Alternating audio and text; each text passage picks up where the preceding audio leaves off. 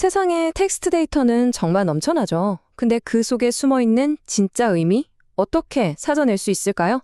자, 바로 이럴 때 쓰는 아주 강력한 연구 방법이 있습니다. 오늘 이 질적 내용 분석에 대해서 제가 아주 쉽고 명확하게 설명해 드릴게요. 생각해보세요. 인터뷰 녹취록부터 시작해서 설문조사 답변, 소셜미디어 댓글까지 우리는 매일같이 진짜 어마어마한 양의 텍스트에 둘러싸여 살고 있잖아요. 그럼 과연 이 텍스트 산더미 속에서 어떻게 진짜 의미를 발견할 수 있을까요? 오늘 바로 그 해답을 찾아보겠습니다. 네, 맞아요. 현대사회는 그야말로 텍스트의 홍수라고 할 수 있죠. 특히 연구자들은요, 인터뷰 기록이나 개방형 설문조사, 온라인 리뷰 같은 이런 비정형 텍스트 데이터의 바다에서 허우적대고 있는 거나 마찬가지예요. 이 단어들 속에 숨겨진 그 귀중한 통찰력, 이걸 대체 어떻게 건져낼 수 있을까요? 자, 바로 이 문제를 해결하려고요. 사회과학계에서는 꽤 오랫동안 두 가지 접근법이 아주 팽팽하게 맞서왔어요. 진짜 라이벌처럼요. 이걸 두고 과학전쟁이라고까지 부르는데 꽤 흥미롭죠? 이 대립구도부터 한번 살펴보겠습니다. 자, 여기 보시면 그 차이가 아주 명확하게 보이죠? 한쪽에는 양적 연구 진영이 있습니다. 이쪽은 세상을 측정 가능한 숫자로 이해하려는 사람들이에요. 뭐든지 세고 통계를 내서 객관적인 사실을 찾아내려고 하죠. 반대편에는 질적 연구 진영이 있어요. 이분들은 숫자로는 도저히 담을 수 없는 인간 경험의 깊이, 그 미묘한 의미를 파고드는 데 집중합니다. 양적 접근법의 아주 고전적인 예시를 한번 볼까요? 1946년에 있었던 한 연구인데요. 연구자들이 잡지 기사에 나오는 인물들의 인종 비율을 일일이 센 거예요. 그리고 그걸 실제 미국 인구 구성비랑 비교해 본 거죠. 이렇게 겉으로 명확하게 드러나는 내용을 체계적으로 세는 것. 이게 바로 양적 내용 분석의 핵심입니다. 그런데 여기에 딜레마가 생깁니다. 단순히 숫자만 세다 보면 그 안에 담긴 진짜 이야기를 놓치기 쉽잖아요? 반대로 순수한 해석에만 의존하면 에이, 그건 그냥 당신 생각일 뿐이잖아요 하는 비판을 피하기가 어렵죠. 결국 양쪽 다 명확한 한계에 부닥친 거예요. 바로 이 지점에서 우리의 주인공이 등장합니다. 바로 질적 내용 분석, 줄여서 QCA라고 부를 때요. 이 방법이 이 두 세계 사이의 갈등을 해결하고 이 둘을 이어주는 아주 튼튼한 다리 역할을 해주는 거죠. 그럼 이 질적 내용 분석, QCA라는 게 정확히 뭘까요? 가장 쉽게 말하면 규칙을 가진 해석이라고 생각하시면 돼요. 여전히 연구자가 해석을 하긴 하는데 아주 체계적이고 투명한 규칙에 따라서 텍스트를 범우주라고 하는 상자에 차착 담는 거죠. 이렇게 한번 싹 정리가 되니까 나중에 이걸로 통계를 내는 것 같은 양적 분석도 가능해지는 거예요. 바로 이 점이 질적 분석의 깊이랑 양적 분석의 엄격함을 모두 갖춘 그야말로 하이브리드 방식의 핵심입니다. 다시 말해서 양적 연구의 그 엄격함이랑 질적 연구의 깊이 있는 이해, 이 두 마리 토끼를 한 번에 다 잡는 방법인 거죠. 진짜 멋지지 않나요? 두세 개의 장점만 쏙쏙 뽑아서 결합한 셈이니까요. 아니, 그럼 이렇게 똑똑한 방법이 대체 어떻게 가능한 걸까요? 질적 내용 분석의 힘은요, 바로 해석의 규칙이라고 부르는 아주 체계적인 과정에 있습니다.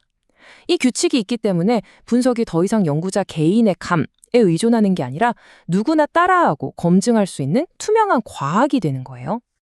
질적 내용 분석에서 가장 핵심적인 도구는 바로 범주, 즉 카테고리입니다.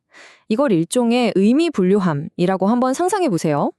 연구자가 텍스트의 바다에서 비슷한 의미를 가진 조각들을 쏙쏙 건져내서 미리 정해둔 명확한 규칙에 따라 이 분류함들에 착착 정리하는 거죠. 이 과정 덕분에 뒤죽박죽이던 텍스트가 비로소 질서를 찾게 되는 겁니다. 좋아요. 그럼 이 분류함을 어떻게 하면 튼튼하게 만들 수 있을까요? 여기 세 가지 핵심 방법이 있습니다. 첫째는 명확하게 정의하기. 어떤 텍스트가 이 안에 들어올 수 있는지 그 조건을 아주 분명하게 정하는 거예요. 둘째, 완벽한 대표 예시를 보여주는 겁니다. 바로 이런 게 이 범주야 라고 딱 보여주는 기준점, 앵커 예시를 드는 거죠. 마지막 셋째, 경계선 긋기. 바로 옆에 있는 다른 범주랑 비교하면서 이런 건 여기에 해당하지 않아 라고 선을 그어주는 거예요. 그러면 범주가 훨씬 더 명확해지겠죠?